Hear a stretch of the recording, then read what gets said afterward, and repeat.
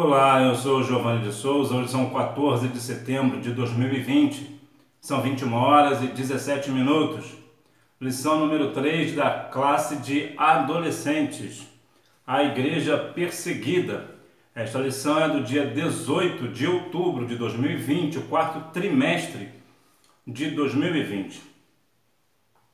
Você que está chegando agora pela primeira vez, aqui no canal os vídeos saem às 11h30 da manhã, a classe de adultos, ao 12h30 a classe de jovens, à 1h30 da tarde a vez de juvenis e às 14h30 é a classe dos adolescentes.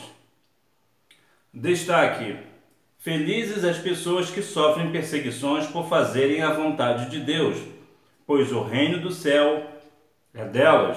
Mateus capítulo 5, versículo 10.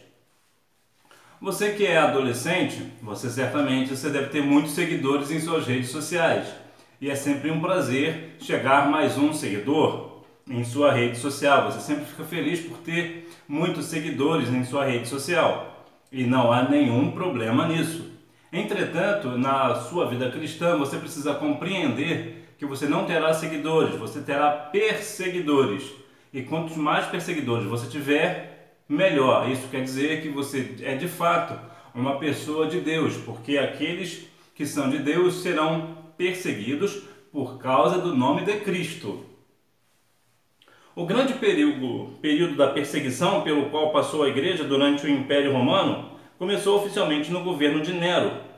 Em 64 d.C., boa parte da cidade de Roma foi destruída por um incêndio. Até hoje, há uma polêmica quanto à autoria do incêndio. A versão mais aceita é que foi Nero, em sua loucura, quem mandou atear fogo à cidade. Pelo menos isso foi o que pensou a opinião pública na época dele. Que fez então Nero? Para que não fosse responsabilizado pelo crime, pôs a culpa nos cristãos, que naquele período já eram um número expressivo na cidade, cuja maioria dos moradores sentia-se incomodada pela expansão da mensagem do Evangelho. Vemos aqui um grande incêndio que destruiu toda uma cidade, aqui no caso a cidade da Itália, cidade capital da Itália, Roma. E vemos que alguém, supostamente Nero, mandou colocar fogo na cidade. E o que ele fez para se safar? Colocou a culpa nos cristãos. Não parece ser bem familiar? Não é algo parecido que acontece hoje? As pessoas fazem as coisas e põem a culpa nos cristãos. Vemos que existe sempre perseguição, sempre haverá perseguição na terra aos cristãos. E você, apesar de ser adolescente, você precisa ter maturidade para compreender que quando acontece uma perseguição à sua vida, não é porque Deus esqueceu de você. Não, muito pelo contrário. Temos vários exemplos na Bíblia de pessoas que foram perseguidas. Então, podemos compreender que muitas das vezes as pessoas terão até a ideia de colocar a culpa em nós de algo que nós não fizemos. Para quê? Somente para nos perseguir. Se isso acontecer com você, glorifica o nome do Senhor, porque isso quer dizer que você está na presença de Deus e Deus está contigo. Os primeiros apóstolos martirizados foram Pedro e Paulo. Milhares de cristãos foram mortos por Roma, já no governo de Nero, entre eles os apóstolos Pedro e Paulo. Pedro foi crucificado em 67 d.C. e Paulo foi decapitado em 68 d.C. Eles foram fiéis a Cristo até o fim, mesmo tendo um final tão trágico, pois sabiam em quem tinham crido. As palavras de Paulo registradas na Bíblia pouco tempo antes de morrer, quando ele já sabia que seria condenado à morte, são uma demonstração da poderosa fé dos primeiros cristãos. Estevão, o diácono Estevão, foi o primeiro mártir da fé, foi a primeira pessoa a morrer por causa do Evangelho. Aqui os apóstolos, os primeiros foram Pedro e Paulo. Por aqui nós temos 3 exemplos: Estevão, Pedro e Paulo. 3 exemplos de pessoas fiéis ao Senhor que tiveram uma morte terrível, uma morte tenebrosa. E por que tiveram uma morte tenebrosa?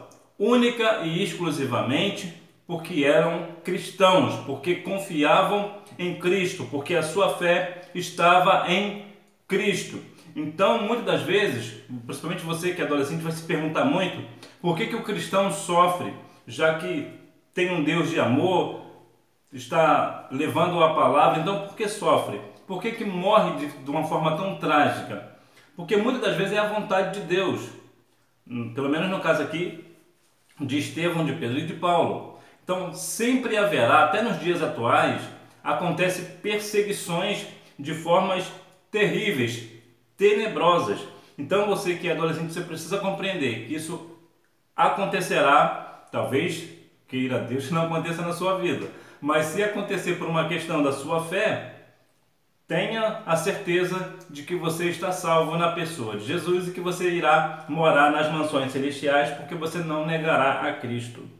Quando a grande perseguição começou, a maioria dos livros do Novo Testamento já estava escrito. Nessa época, a maioria dos livros do Novo Testamento já estava circulando nas igrejas. Os evangelhos de Mateus, Marcos e Lucas, Atos dos Apóstolos, a epístola de Tiago, as de 1ª e 2ª Pedro e todas as epístolas de Paulo. Os únicos que faltavam e que foram escritos depois de iniciada a grande perseguição foram a epístola aos Hebreus, escrita em 67 d.C. e 68 d.C.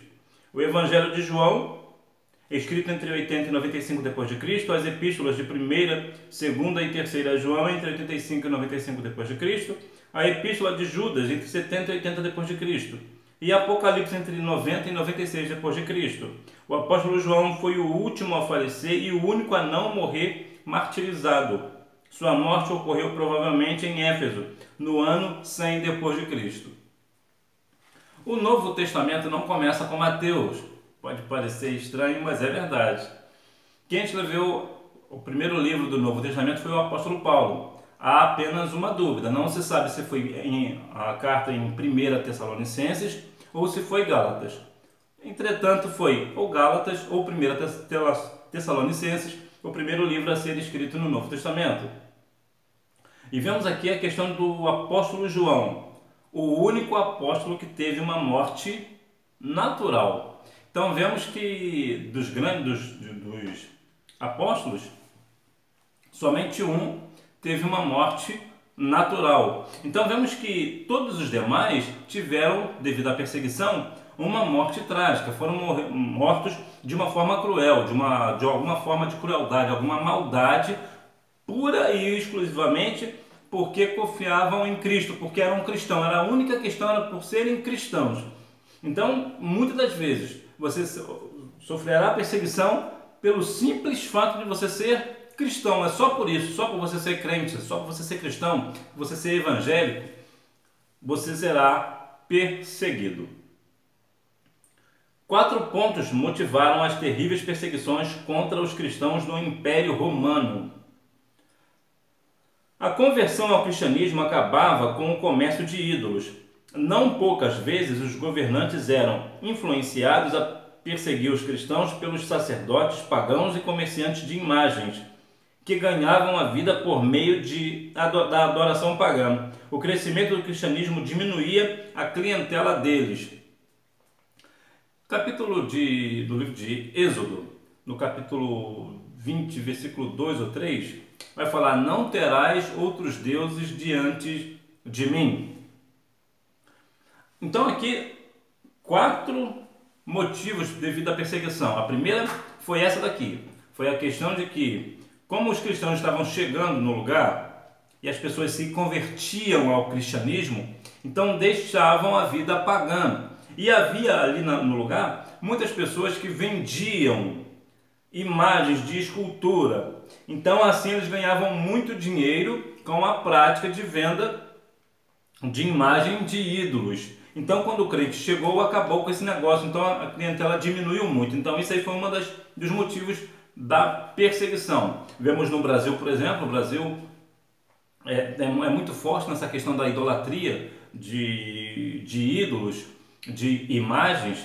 Então você vê que também há um crescimento também na questão da venda das imagens.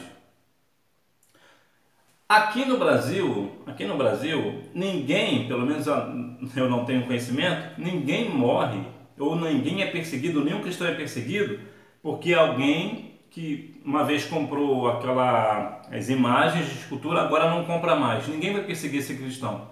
Mas países afora, isso acontece demais, acontece muito. Então muitos cristãos morrem por conta deste negócio. A segunda razão, a não adoração ao imperador.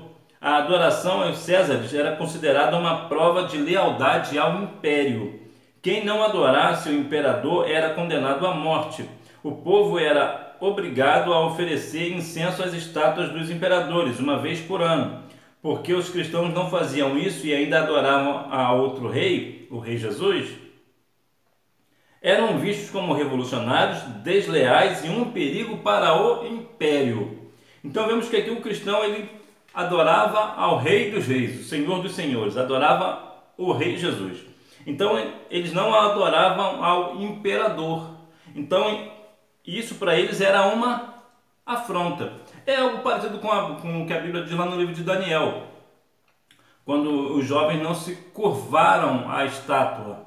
Eles não se curvaram. Então, ou seja, eles não adoraram, vamos colocar aqui tá uma questão que igual, né? Não adoraram o império do rei, não adoraram a sua imagem de escultura. Então, foram lançados na fornalha de fogo ardente. Então, vemos que temos uma questão aqui de quando nós não adoramos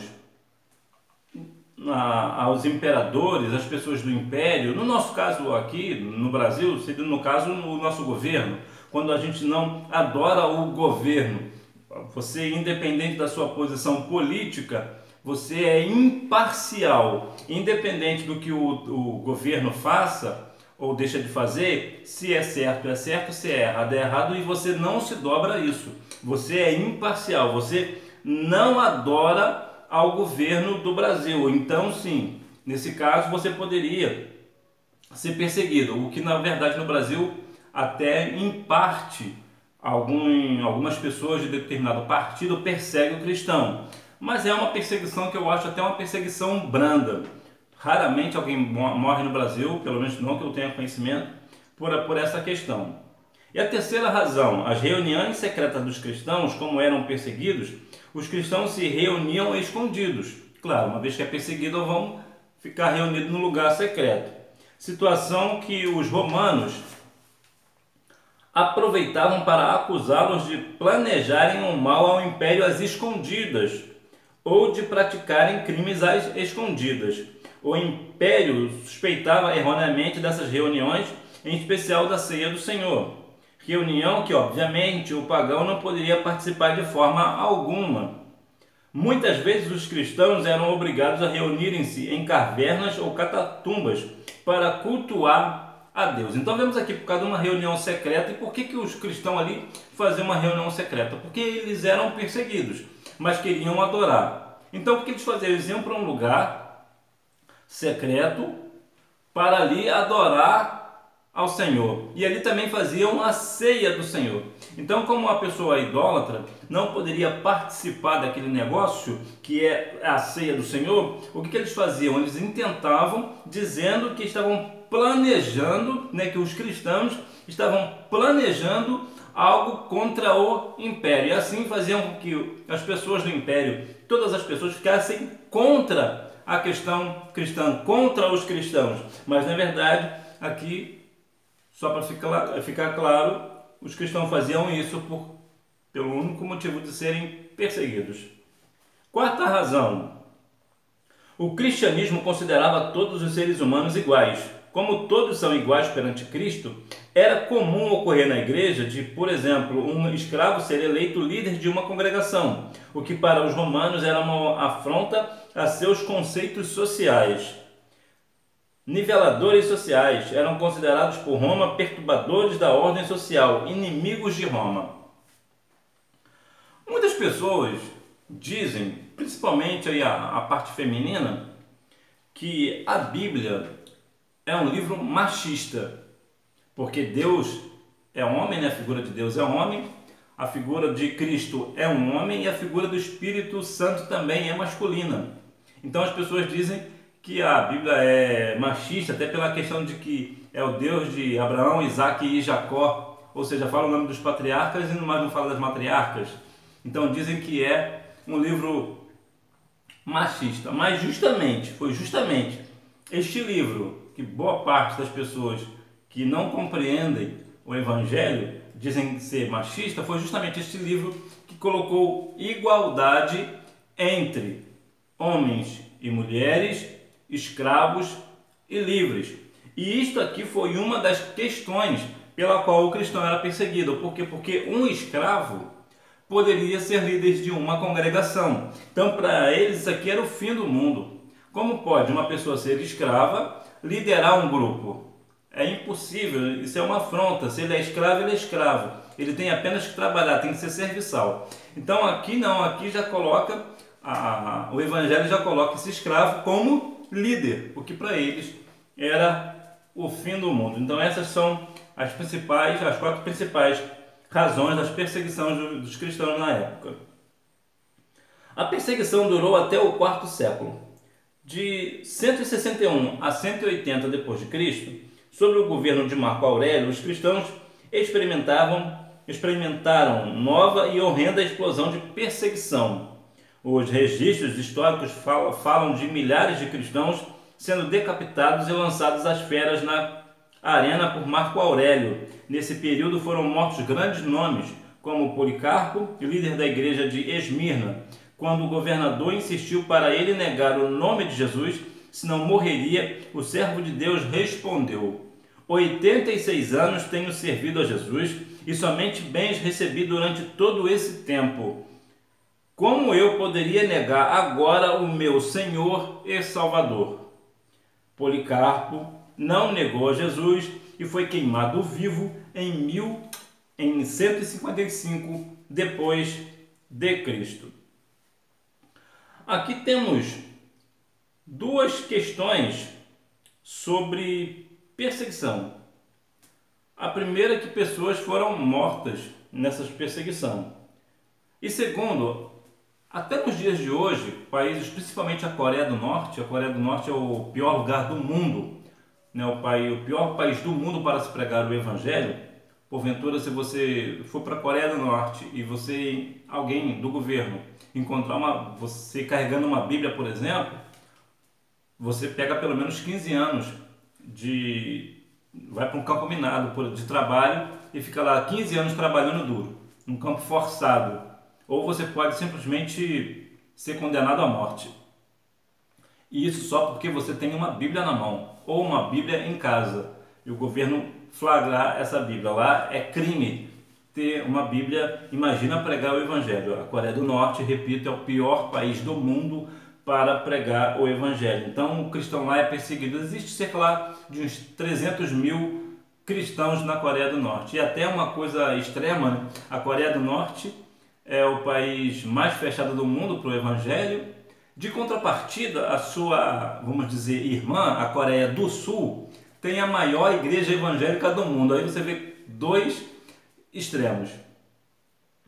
Então aqui vemos a questão da perseguição que existe até os dias de hoje e a questão de negar ao Senhor, ou aqui no caso de não negar ao Senhor. Então Policarpo ele não negou a Jesus e foi queimado vivo. Muitas das vezes de colocar algo no fogão e se queimar, a gente já acha ruim. Imagina ser queimado vivo. Então aqui houve uma firmeza da parte desse servo de Deus que não negou a Cristo. E olha a colocação dele. Ele disse que durante 86 anos de sua vida ele só recebeu bens do Senhor. Como ele pode negar a este Senhor? Não há como negar este Senhor. Entretanto, se porventura, no momento de fraqueza, você negar a Cristo, é possível que, assim como Pedro, você também tenha uma segunda chance. Na verdade, Pedro teve 3 chances. Jesus, por 3 vezes, perguntou a ele se ele o amava. Então, ele negou a Cristo 3 vezes e 3 vezes se redimiu. Então, ele estava foi completamente redimido pelo Senhor. Entretanto, numa questão de morte, a Bíblia diz que aquele que for fiel até a morte, esse fiel até a morte não é fiel até o dia que vai morrer. Esse fiel à morte quer dizer que eu sou fiel até se preciso morrer. Então, se eu for entre morrer e viver, se for para negar Cristo e viver, eu prefiro morrer e não negar a Cristo. Isso aqui que é o ponto.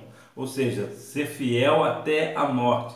Ou seja, fiel para a morte. Ser fiel até que me venha sobre mim a morte. De qualquer forma que a morte vier, eu estarei com o Senhor. E não que eu vou esperar a morte chegar. As pessoas acreditam que ser fiel até a morte, da ideia de que até o dia que chegar o dia de eu morrer. Não, isso aí é uma questão direta para a gente não negar a Cristo, ser fiel até, se for o caso de morrer, nós venhamos ficar firme.